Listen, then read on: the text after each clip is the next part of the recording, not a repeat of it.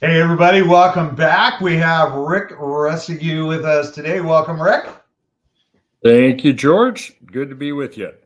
Rick and I have known each other, oh my gosh, 20 years? Has it been 20 years? It's been a long time, Rick. It has been a long time, and time does fly, doesn't it? It does. And here's the funny thing. So today, Rick has blessed us with his knowledge, with his presence. He's got a great sense of humor. We're going to talk about commercial lending. We're going to talk about things that you need to anticipate, what you need to look at as you're looking at doing a commercial development.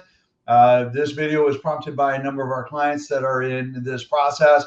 And Rick so graciously has offered to provide some sage advice and whatnot. And so we'll delve into that a little bit later. But first, Rick, tell people a little bit about you, why you are my guru of commercial real estate loan investment.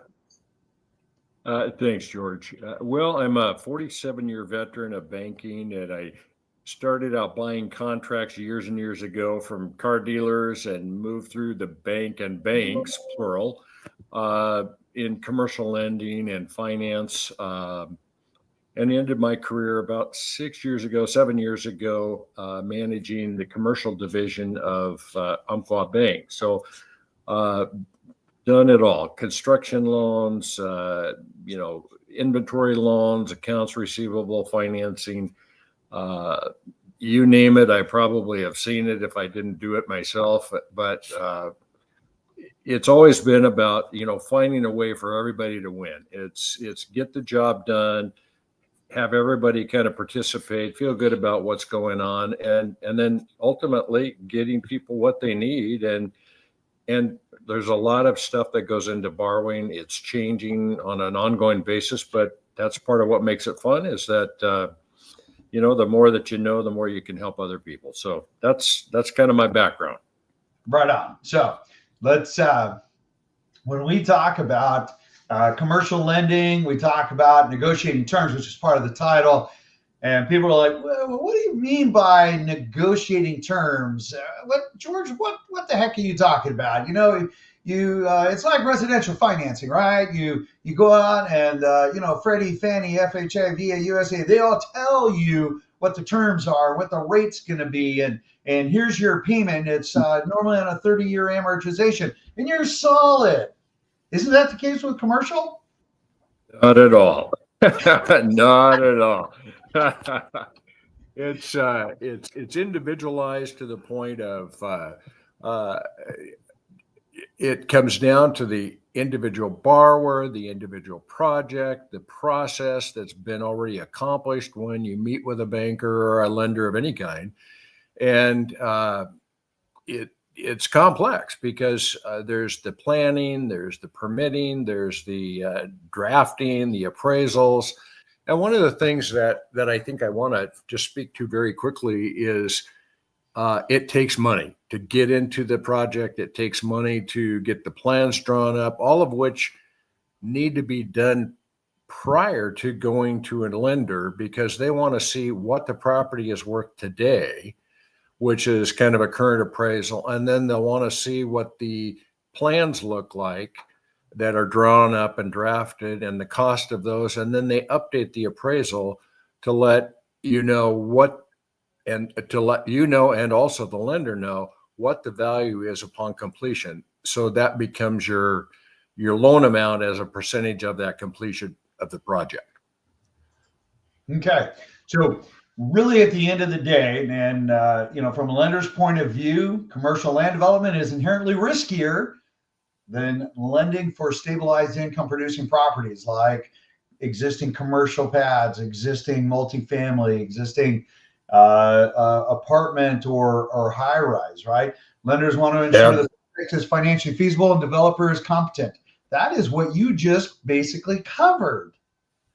Exactly. And that's why I said money, because it takes money to get into the project. It takes money to get the permits. It takes money to draw up the plans, all of which is on the borrower prior to coming to a lending institution and asking for a loan. And then there's a reserve that we have to plant in there in the event that there's a vacancy. It doesn't fill up as quickly as anticipated. And so there's always a reserve. And again, it kind of comes back to, how much money goes into the project. And here, in talking with you, George, I know that the land that you're talking about are houses that will be demolished, and the land value is probably worth, rebuilding the house on is one value, putting on a high rise is a totally different value, and zoning and so forth, all those things come into play. So those are the things that we want to know about first, and as lenders, and then we kind of take it from there. But I think you hit that one dead nut on. So let's take these guys through step by step. There's going to be 13 steps. We'll hopefully break these down into simplified versions. But let's just start from the beginning, walk them all the way through the end on what a bank is going to want. This one is, who's the borrower, who's the developer? That's the first question that you normally ask. And in fact, even when we were working on some of our projects that you were helping us with in the past. Okay, hey, tell me about you. What is your experience? Walk them through the eyes of a lender. If you were on the other side of the desk and you said, hey, walk to my office and, go from there. So the first thing is, what's your experience in doing this? Have you built before? Have you done a project before? And depending on the answer, it can go a number of different ways, but one of the things that is important is that you're contracting with somebody that the bank or the lender approves of. So in other words, if it's your brother-in-law that's built his own house, that's probably not sufficient for a lender, but somebody who is a contractor that does it on an ongoing basis, that's going to be what the lender's looking for. And their reputation, are they reliable? Are they qualified? Have they gotten problems in the past? Those kinds of things. So the person that you pick to actually contract and build the project is going to be important to the bank. Okay. Let me pop this up just so that let me go. There we go. All right. So you talked about, the experience, and then the next one, a lot of folks want to know, if they don't have a track record, since, some folks are new to the game. Right. If they're new to the game, is that just a deal killer all the way across? It can be with some organizations. Other ones, here's what I would tell you. The larger the institution, the tougher it is to get a deal through if you haven't had prior experience. And the reason for that is they've just had more experience than some of the smaller banks and or lending institutions, and they have a criteria, and they want you to meet that criteria, or they want to just decline the loan. So in this particular case, depending on experience and so forth, smaller institutions that have more understanding and probably more flexibility are going to work better for constructing a project. Okay. We've got some financing questions down the way here. Let's head over to our second one. So sure. What is the proposed use of the land? And we talk about, different zoning types, which you mentioned earlier, the consistency and the demand in that market and whatnot. Let's touch base on that just a little bit. Sure. So whatever the plans are, obviously it needs to be congruent with the zoning. It needs to be congruent with the surrounding areas. So for example, if you wanted to do a housing plat and it's somewhere outside of Mount Vernon and there's not a lot of, other stores or accesses around there, you're going to have to be pretty doggone strong in order to do that. And your loan to value is going to be significantly lower because you're relying on future borrowers renting or buying or whatever the case may be, those houses without the infrastructure that's surrounding it. Similarly, if you're in the city and you're near everything, that makes it easier for a lender to accept simply because it has resale value. if something goes wrong. So those are part of the credit criteria that we look at, and location, location, location. Right. Is it safe to say that lenders would potentially, that normally would reject a project, would accept a project if they like what it offers, whether it's location, services, they see the upside in a project? Is that something that a lender will take into consideration on a personal level? It is, but it's really secondary to the lending criteria, which is, the financial stability of the borrower. For example, in apartment complexes, they may loan 50, maybe even 60% loan to value on an apartment complex, but the reserve is pretty strong, because until you lease it up and it cash flows, you're going to have a pretty strong reserve for that. So to your point, it does make a difference on the use and what the purpose is. Okay, good. That's something that we have experienced in the past, as far as sometimes, say, hey, yeah, I really like this project, but, hey, I need a little bit more here, to push this through, which makes sense. So, all right, let's hit the next topic here. Is the land entitled? Is it properly zoned? When we talk about, have a plat ready versus just raw land, or hey, have you already gone through the changes to get a binding site plan in certain circumstances, or a preliminary plat? How does that play into what you see as a commercial lender? So it really depends, George, on, an organization can commit to a loan subject to those things, given that the loan and the property and the advance, the amount, all those things, the qualifications of borrowing are already established. And then you can kind of wait through that process together. But usually there's not a lot of money that goes out to that unless it's secured, by cash. Normally the builder, or not the builder, but the owner, the construction owner, is the one that foots that up front. And that's, I think we mentioned that when we talked about finances earlier on. So, right. Yeah. So based on, yeah. do you recommend going through the commercial application process earlier or sooner than later, so that you have the ability to negotiate terms and whatnot? I do, only because if you can't get financing after you've gone through all of that, you've got a lot of money sitting there that you've spent, and you may end up having to sell that off to somebody else if you can't get it qualified for construction. So, yeah, it's always talk to the lender first about the project, see if you're going to qualify, and it's not a hard yes. It's it looks like this would work. Now let's move forward with the zoning, permitting, that kind of stuff.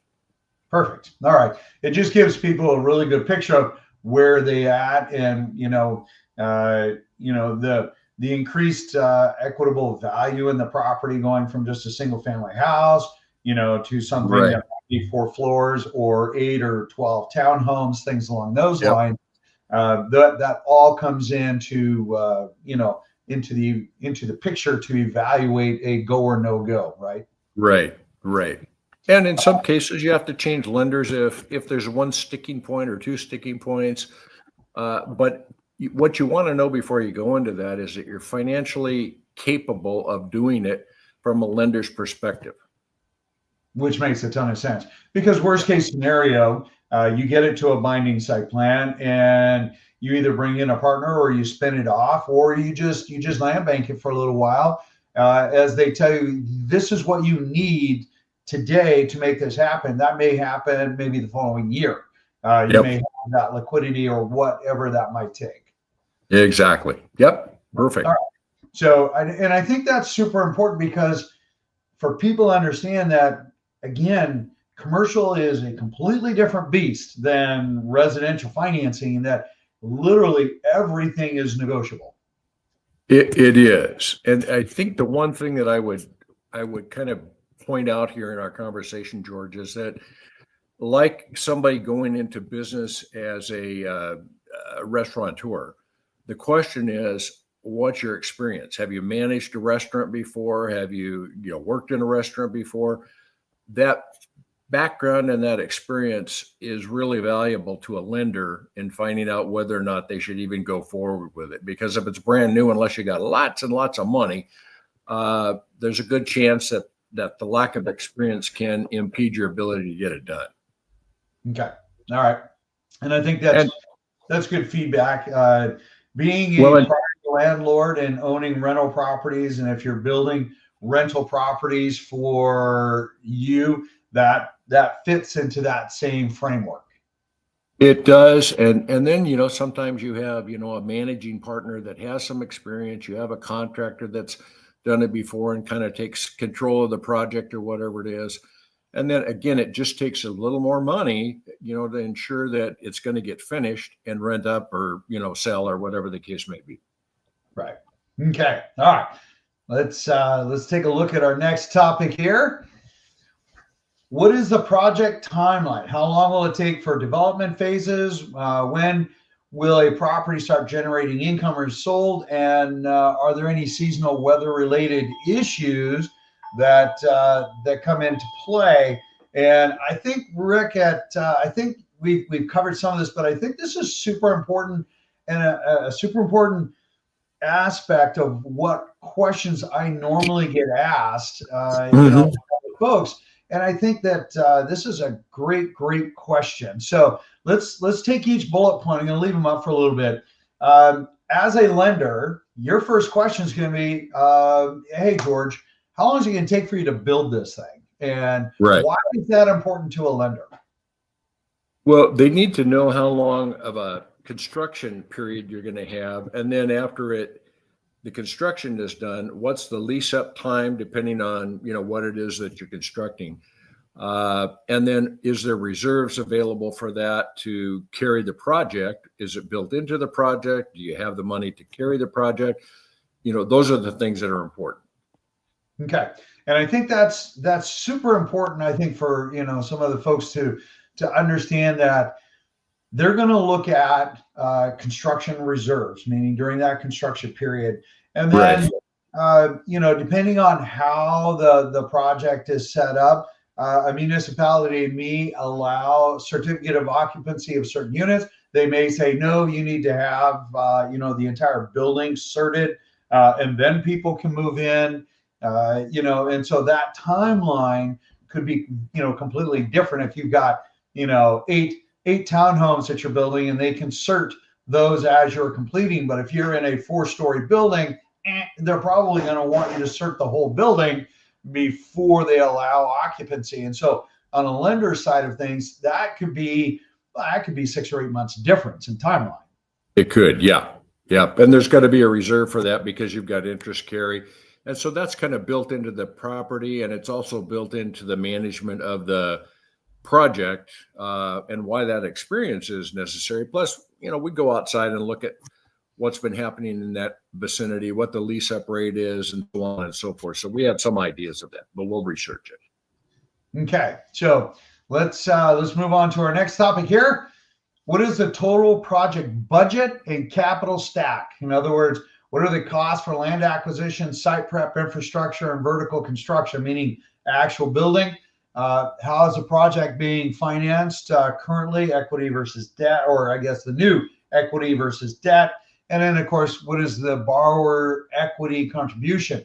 Let's touch on each one of those, because that I think is probably the number one question that a lot of these guys are going to be asking. Sure. How do we do this? And if I do create equity into the property, I buy it for $500,000, but I can now take it to 24 units, which takes me from $500,000 value to $1.5 million value. Do I get to benefit from that? How does that look in the eyes of a lender? It really has to do with the overall cost, the overall kind of investment or equity that's already in the project, and then what the other assets are that are a backup. Let's say that we have a recession, not that I'm anticipating that, but let's say that we did, and you had to carry for a long time. it's not just cash. It's what other assets do you have available that you might cash out, that you might have available in a downside scenario. So the rule is kind of, what's the upside scenario, what's the moderate scenario, and then what's the downside. And if you satisfy the downside, you're usually pretty good to go with a loan. That I would say is probably, Rick, I think that's probably in the eyes of the lender, probably the most important, to make sure, because they don't want this asset back. They want you to be successful. They want exactly. They want you on the positive side of the ledger, and they want you to rinse and repeat if Right. that was a great experience for both parties. Right. It's what's the best case, worst case, and then what's a moderate case. And when you can answer those questions, in the worst case, there's enough backup or secondary source of repayment, then you've got a pretty healthy loan. If you have a little bit, if you're light, then we're doing a little more speculation. And that's the key is this a sure thing, or are we doing speculative lending? And most lenders don't like to speculatively lend unless there's a whole lot of back money that's available to bail you out in a negative circumstance. Right. I think that my prior experiences looking at projects through the eyes of a lender, rates are based on risk, and Mhm. even more so, with commercial lending, it's both on residential and commercial, but with commercial, they definitely dive in a lot deeper. And we'll get into that as far as recourse, non-recourse, and Right. and whatnot. So, all right. So let's hit our next topic here. What is the project return on investment, or the ROI? And this one I think is this is important for both sides. And Sure. this is what's gonna, when you ask somebody this question, you pretty much know if they're blowing smoke or if these numbers are real. Safe to say? Yeah. Yep. Break even is never acceptable. You got to have some profit and there's some return on your investment, and that number is generally about 125 to 130. Again, 1.25 times so your payment's $10,000 a month. You're going to need about $12,500 a month in income off from that particular investment in order to qualify at a bank or any institution. Right. Sometimes they'll hear that as if it's a 130, they call that a 1.3 earning ratio. Correct. Yeah. Correct. And it just, so for every buck of debt that you have, you need to bring in $1.30. Exactly. Yeah. Yeah. Yeah. That just changes, with the environment, with the location. As I mentioned before, if you've got a project that's kind of in the outskirts of Mount Vernon and there's nothing else around there, that return or that number is probably going to be a little bit higher than it is in the downtown area. Right. Yeah, totally get that. And so, the greater the demand for the project, typically the easier it is in the eyes of that commercial underwriter to hedge closer to yes. That's correct. Yep. Okay. When they talk about, are there pre-leases, pre-sales, or letters of intent in place? This could come into play because each one of these folks that you and I have been chatting about, they're all going to be owner users. They're going to keep their buildings, and so anytime they can get a pre-lease, that's important. In the eyes of a commercial lender, if I have 8 townhomes, right, and I have 4 of them that people have said, I am ready to lease when you are done, how do you look at that and as the eye of a lender? Well, it's very favorable, and it also reduces the amount of reserve that you have to have for carrying the 4 units that aren't,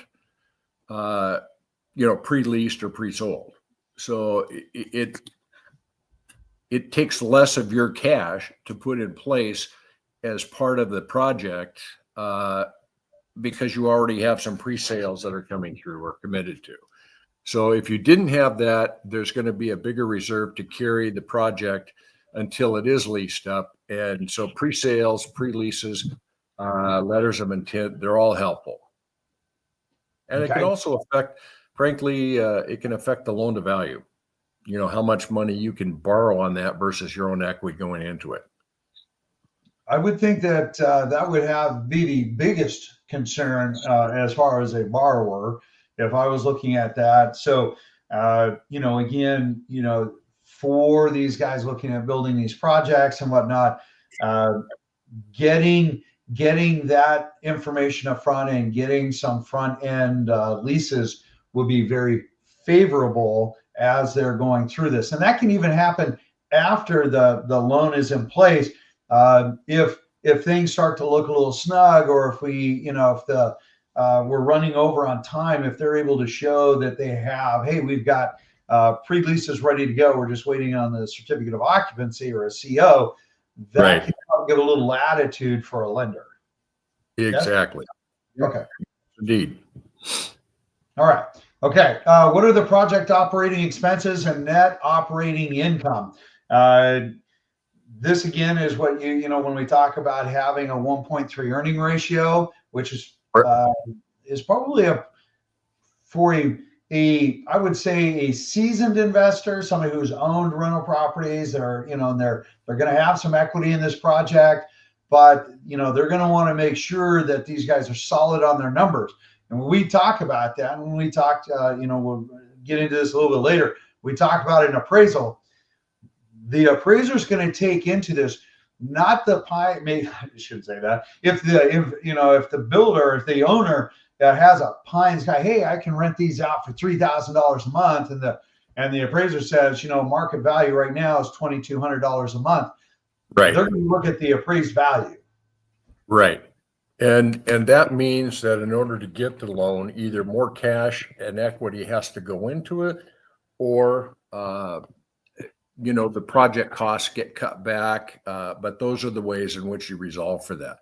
And any number of times we've come to find that, you know, we're in the project, there might be some cost overruns, things that weren't anticipated. And in today's market, it's probably unlikely that a lender would step out a little bit above their loan to value.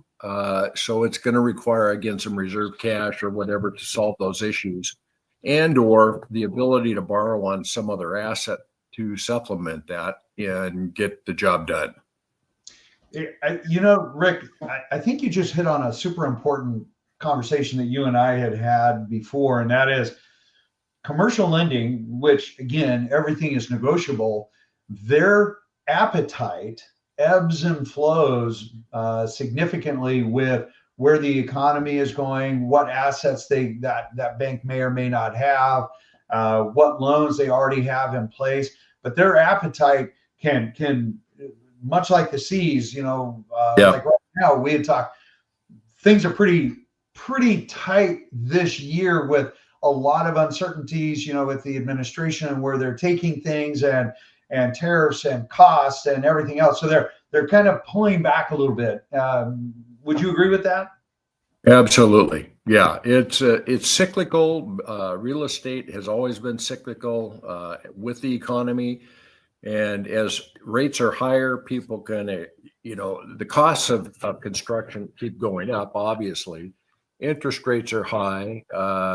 We've got a lot of, what shall I say, a lot of inventory out there in terms of, you know, apartments that are being built and so on and so forth. So all of those things come into play, and what was standard, you know, 2 years ago may have changed, and that may have gone from a, you know, return on investment, instead of being 130, it may even go to 140 or 150, depending on the environment and what's going on in the economy.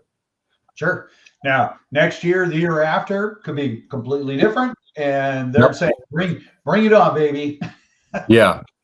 And again, you know, George, depending on the strength of the borrower, you know, sometimes that's really critical to all of this, because exceptions are always made, and it really comes down to, you know, what is available in a downside situation. So if there's enough assets and funding available, banks will probably go along with it anyway. If the customer is willing to bet on sitting on a property for a year or two and has the resources to do it, the bank will probably go with it, or the lender would probably go along with it. Okay. And that's like, so even though we talk about, commercial, oh my gosh, it's crazy and everything's negotiable and Right. you have a lot more steps.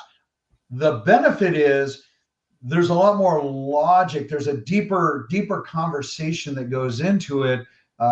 Whereas with residential, it's pretty cut and dry. Yeah. If you fit in the 9 dots, it's a go. With commercial, the 9 dots are constantly expanding. It's a moving target. That's right. All right. So let's talk a little bit about the exit strategy, in which you've hit on a couple of different times, and I think that is super important. Let me put this side by side. Will the project be sold, refinanced, held for income? Why is that important to a lender? Very simply because there's owner-occupied property, which usually is, it has different lending parameters in terms of loan to value, cash flow coverage. It encompasses the other assets that the borrower may have. If it's refinanced because of a lower rate, the bank wants to know how long your loan is going to be outstanding. Is it just a construction loan, or is it going to roll into a permanent when it's done? If it is, there's different fees for that. And if it's held for income, that's fine. But again, it kind of changes the structure of the loan. And when it's finished and it rolls into a permanent, we're usually looking at a 25-year on an investment property versus 30 years, which you would see on a home loan. Commercial properties, apartments, they're just less in most cases than residential. So that makes your income needs to be a little bit higher on the project to cover that shortfall of 5 years in the amortization. Okay. So I think that is, this is the part of the conversation that most people are like, what? And that is, yeah. what is the timeline for payback, right? Because earlier we discussed, residential, normally 30-year financing, 15-year financing, it's fixed for that. Right. But with commercial, and this is why commercial real estate right now is the one that's in jeopardy in the eyes of most lenders.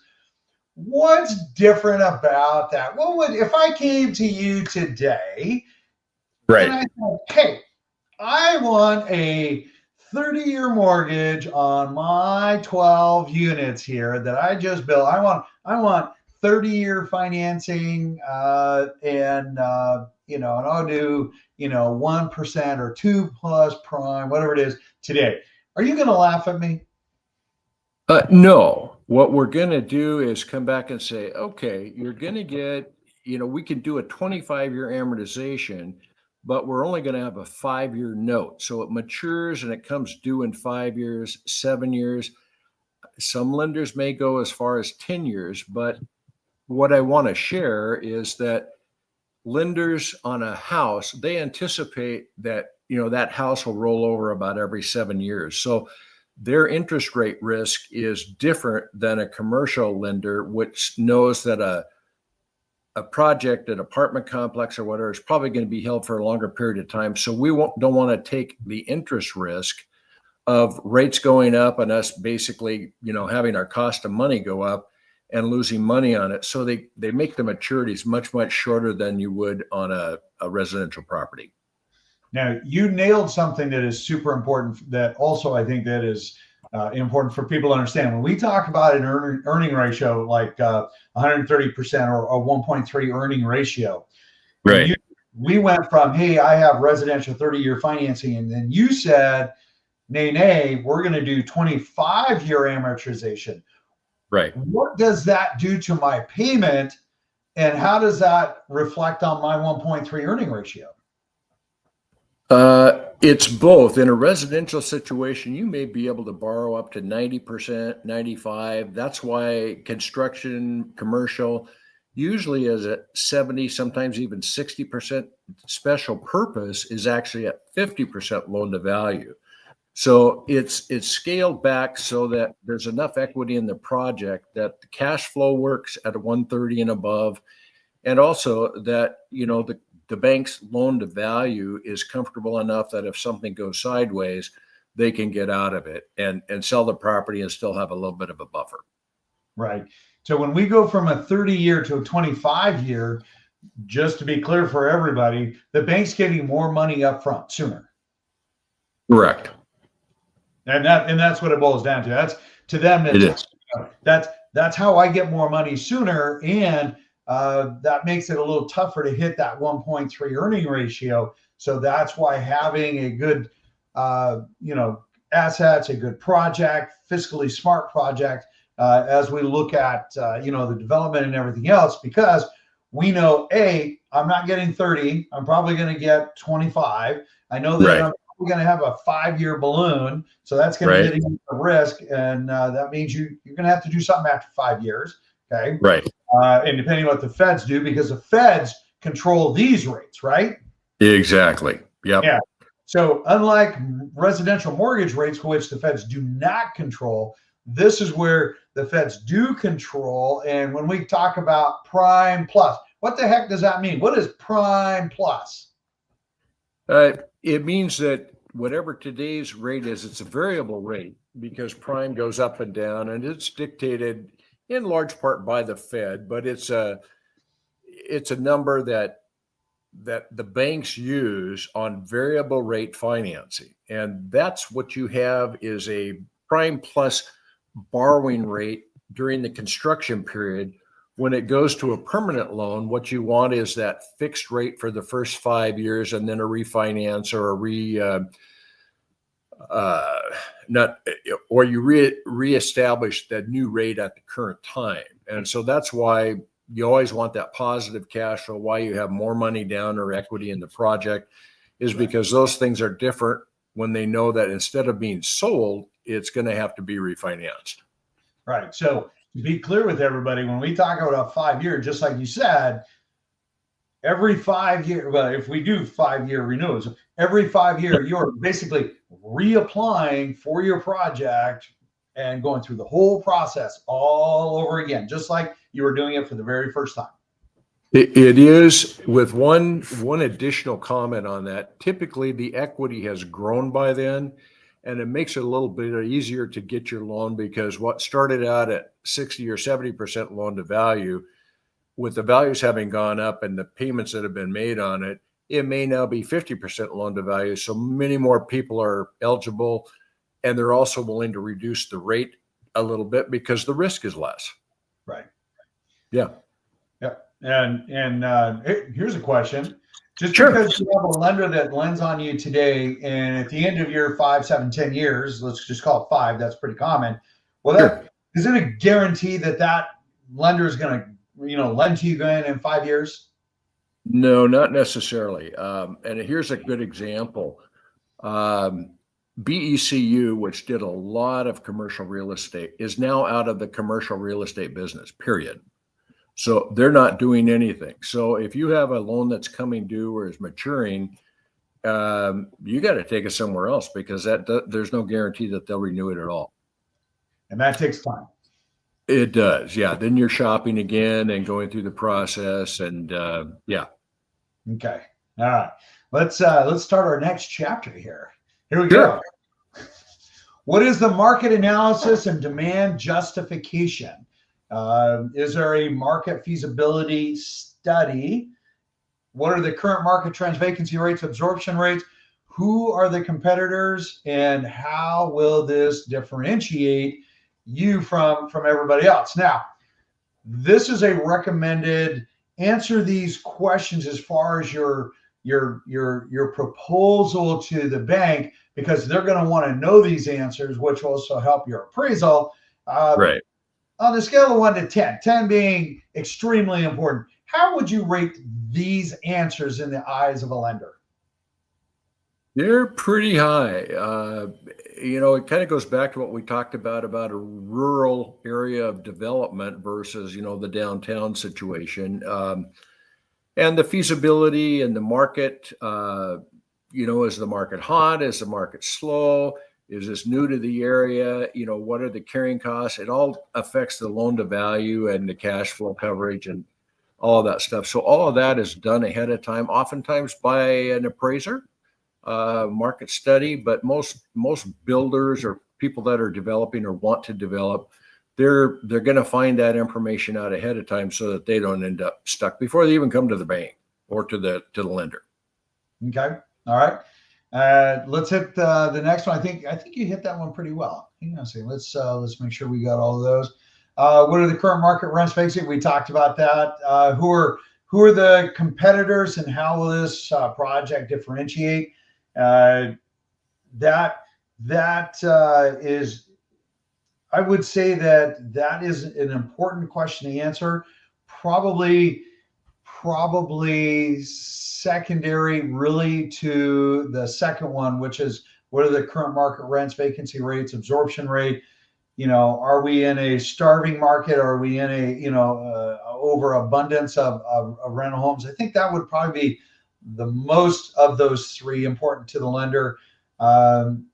Competitors, yes and no, right? Feasibility, that definitely is something we're going to take a look at. If you're doing smoke and mirrors in your feasibility and you're creating doubt, that's just absolutely the worst thing you could do. You really need to make sure that your pro forma is solid for rental numbers and true projections. Yep. So, all right. Okay. So and let me add to that as well, George, just because there's some things that a borrower will want to know about that process. And number one is the bank or the lender always picks the real estate appraiser. It's not picking their own. So when you're getting ready to do a project like this and you're talking to the bank will say, well, we need an initial proposal, which will sort out some of that stuff. They go into the zoning, they go into the county, they find out what's going on. They give you market information and that kind of thing, how long it may take to lease up or rent up and those kinds of things.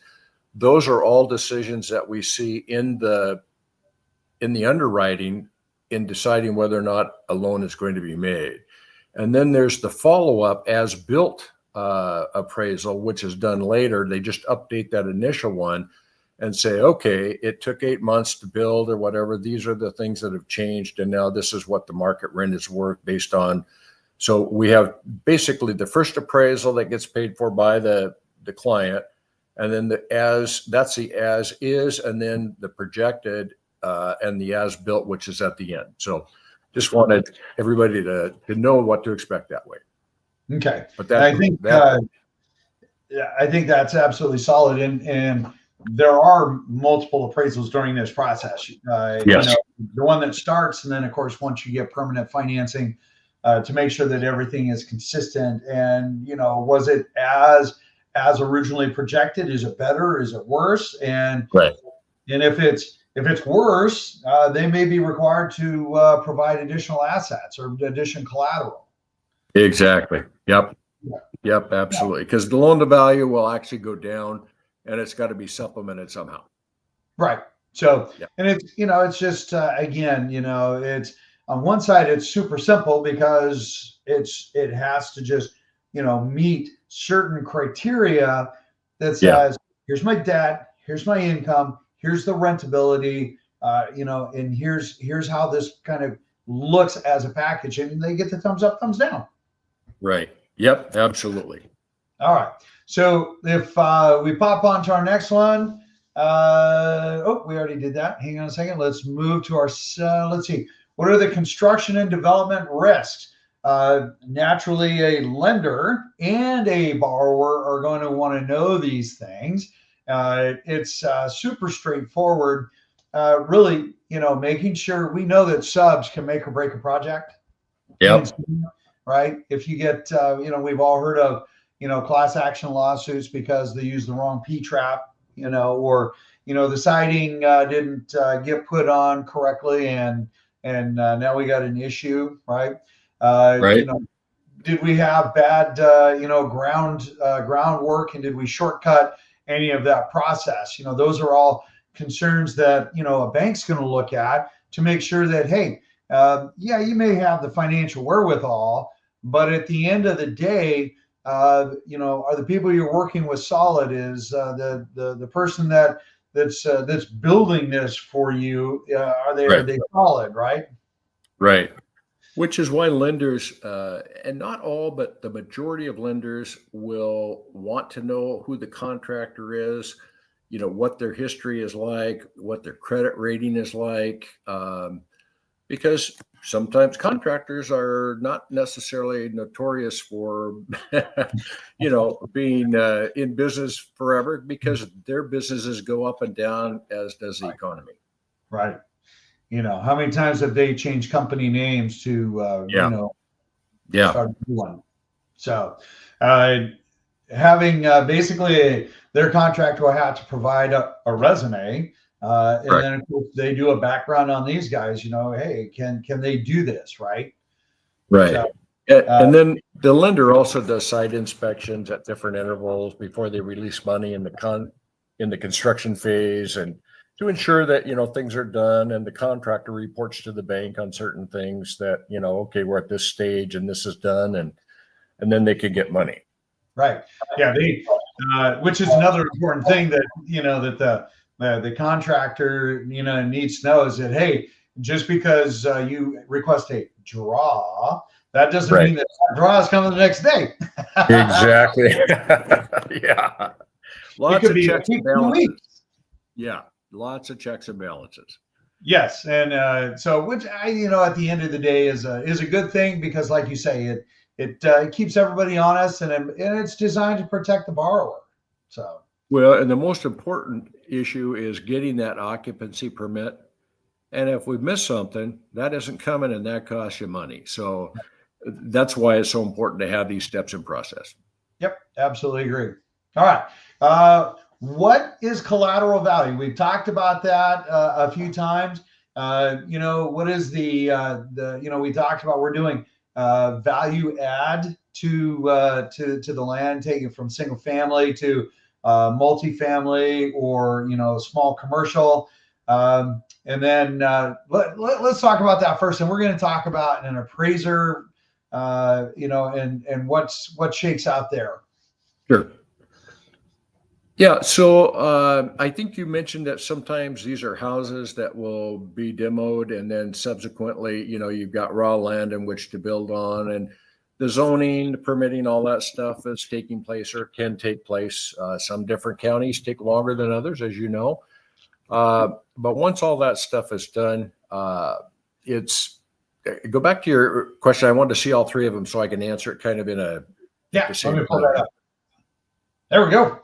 Yeah, so the as is and as completed, we talked about that before. The appraisers always have to be an MIA appraisal. And then the loan to value is really subject to what that appraiser is telling us it's going to be worth as completed. So that's your first appraisal, which says, here's what it is today.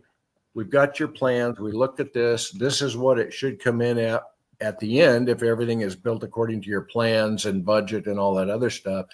And then that's how we come up to your loan to value, that the bank or the lender will actually give you in terms of money. So if it's specialized, like I said, it can be as low as 50%. If it's not, usually on multi-units, financing goes, I've heard that they'll go up to 70%, sometimes even 80, but it really depends. That's more on apartments and location and that kind of thing. Right. It's just so many variables come into it, depending on, like you say, location, style, demand, and to make sure these guys understand, you have an appraisal in the beginning, saying, here's what we project. And then they have to have, for their conversion financing, they have to have that other appraisal on the backside. And that's not a broker price opinion. It's an actual, you get to pay anywhere from 3,500 to $7,000 for an appraisal, depending on complexity. Does that sound about Yeah. right? Right.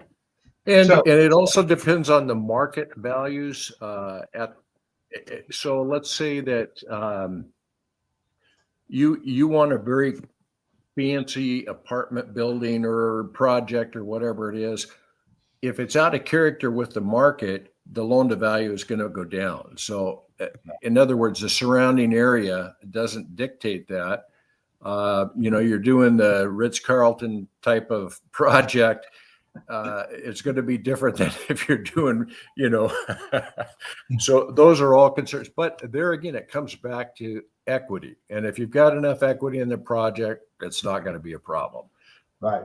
Money talks, BS walks. Amen. And borrowers want to know that ahead of time, because the worst thing that can happen is you get a project that either doesn't lease up and it's costing them money on a monthly basis, or they can't get the loan to value that they need and they're not prepared for that. And, something can go wrong. So that's part of a lender's job, is to help them figure that out way before they even get into it. Before we run into a problem. Yep. All Proactive. Right. That's right. That's environmental concerns. So a lot of this is going to be very new to a lot of new investors, because they're going to say, just like I did, right? Say, when I first came to you, like, hey, do you have your phase one? I'm like, phase one? We're still breaking ground. What do you mean? We only have one phase. We're going to just build it all at once. You're like, no. A phase one environmental site assessment. You're like, what? What is a phase one, Rick? Phase one is a high level examination of the ground. So here's an example. If there's a house on the property, it's demolished, the ground is level, and it looks like it's ready for construction. But you have to do a phase one investigation to find out if there's an oil tank still left in the ground, if there's running water from up the hill that's coming in an underground situation that ultimately could destroy the property, if there's been gas leaks, or if there's a gas station nearby that could affect this property. All of that stuff has to be done by a professional to sort out any kind of liability for not only the lender, but also the client. Right. Again, it's a protection for all parties, and and occasionally things do come up, especially your classic example. The gas station. Some folks, they say, oh yeah, that gas station's been vacant and boarded up, for 5 years. Right. Probably because of contamination issues or certain issues that banks just don't want to touch, or they have to do so much remediation that it's cheaper just to let it sit there. So, yeah. Are phase ones required on all commercial loans? I think they start with a phase two. It's actually backwards. The phase two is the lightest of the two, and then it goes to a phase one, which is more technical. So, for example, if you're taking down an old house that had asbestos in it, it could be in the soil. If they find it's in the soil in one spot, you're probably okay. If it's spread over an area, they may end up requiring a stronger phase to investigate, was it coming from underground, or it's just left over from the demolition of the house? Okay. All right. And what that means is you're digging deeper. It's cha-ching. Yeah, exactly. So having, doing all of that testing and whatnot up front is important, because it is I've always known it to be a requirement. Even when we are doing a refinance, they will use, our phase one or phase two report. Right. They just say, as long as you have one and nothing else technically has changed on the site, they'll reuse that report. Is that still the same that so far? If there haven't been any changes to the site, yes. But if there have, or if it depends on how old it is, sometimes it has an age limit on it, then a lender will request a new one anyway. Okay. All right. let's hit the next one here. Here we go.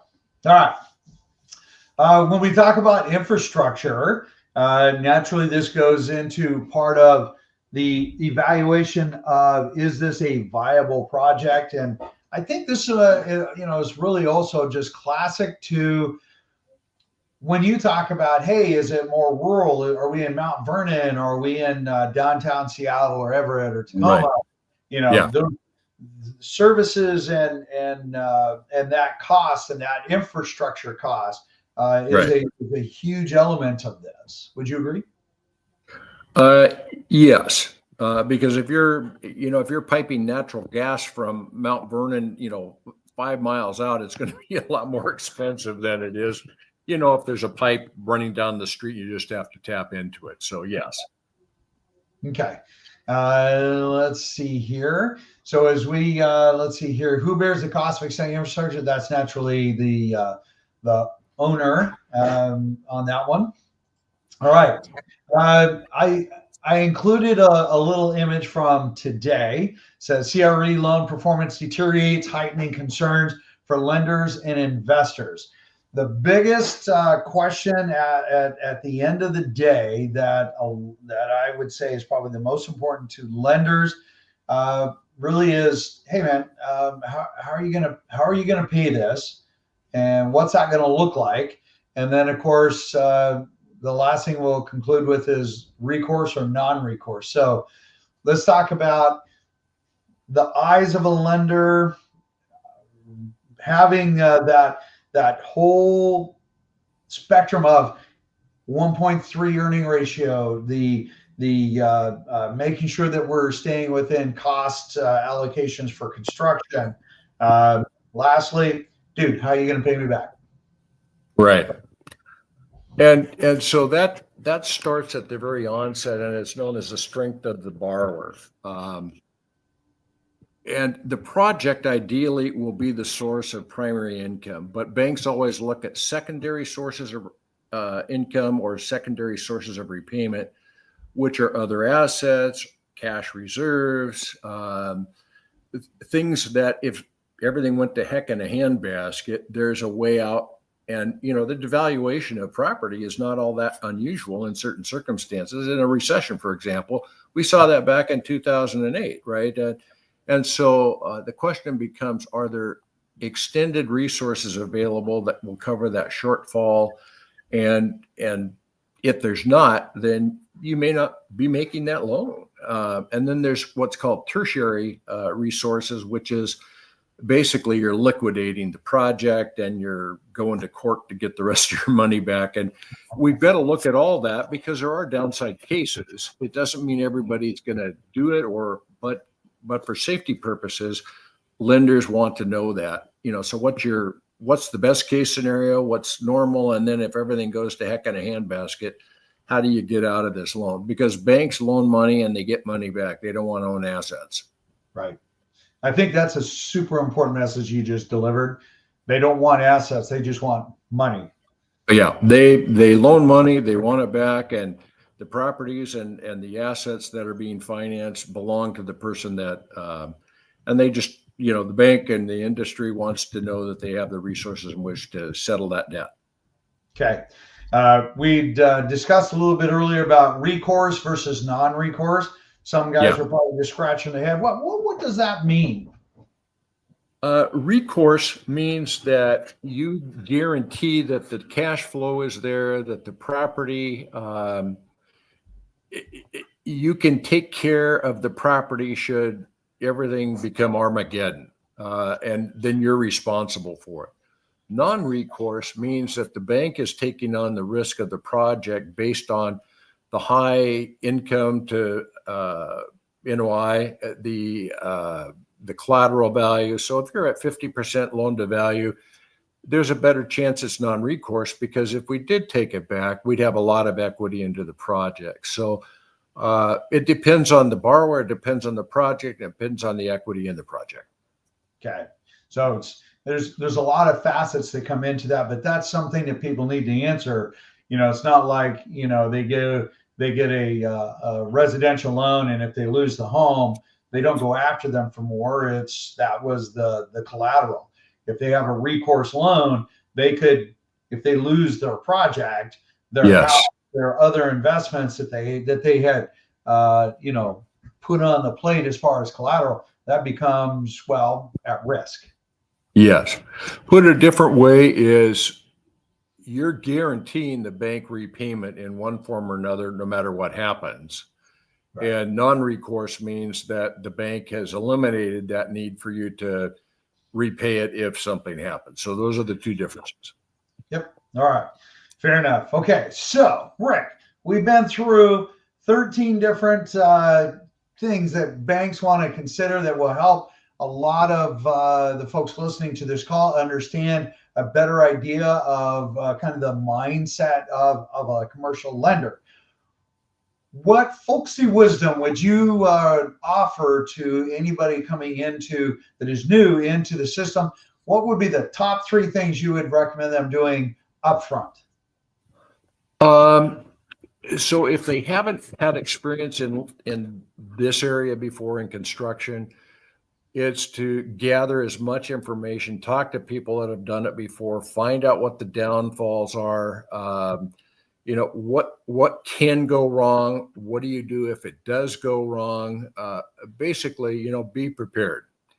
And then the other piece is if you can meet the criteria of lending, you always want to make sure that you have more than enough so that if you get a cost overrun, if something comes along, that it doesn't shock you or stop the project. That's never fun. Sometimes they'll find something along the way in the construction process that isn't going to work, or the county comes in and says, you got to fix this or change that, or you need a fire hydrant that's closer and it's not where it needs to be and you got to pay for it. You've got to have those resources available. And those are really the 2 things that I think are the most critical, because money fixes a lot of different problems. Resources fix a lot of problems. And then the last one is being very comfortable in the market, that there is a need for it, and that, enough people around you and in that area are telling you, this is going to be a very profitable venture based on what we know and what we see and what's happening around us. So in other words, I happen to live in Edmonds, and light rail is a good example.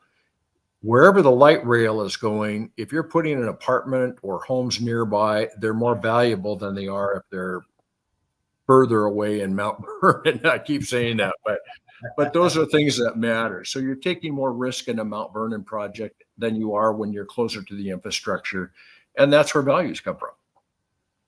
Yeah. Okay. I think those are 3 great points.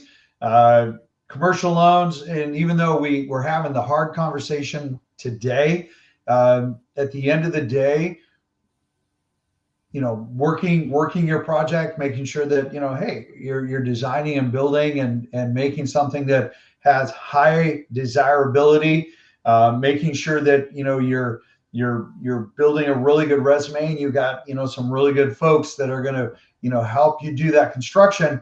Very manageable, happens every single day. It's no different when you buy your first home. It's always scary, and it's just one of those things. And having somebody like you on the backside, to be there to help consult and give feedback and give some guidance, and be that little lighthouse with showing the way is super valuable, and that's why you're here. So Rick, my friend, as always, it has been a pleasure. All the best to you and your family, and I just want to thank you for coming in and sharing your wisdom with us again. George, anytime, it's a pleasure. I do want to leave you with one word for you and for your clients or anybody that you're talking to. Success comes from reverse engineering. And by that, I mean going out to the end of a project and looking at it and then reversing engineering so that you're going through each one of the steps and the problems that could potentially come up as you're doing it, because that way you avoid problems versus going into it and finding out that you get stopped at one particular stage because the county doesn't like something. That's so critical. Right. I 100% amen to that. Okay, my friend. I All right. appreciate you, and let me know whatever I can do to help you at any time. I appreciate it. In the meantime, you guys have an absolutely beautiful time. Rick, I will be chatting with you later. Thank you very much. All right. Have a good one. You too. Take care, everybody. Bye. Bye.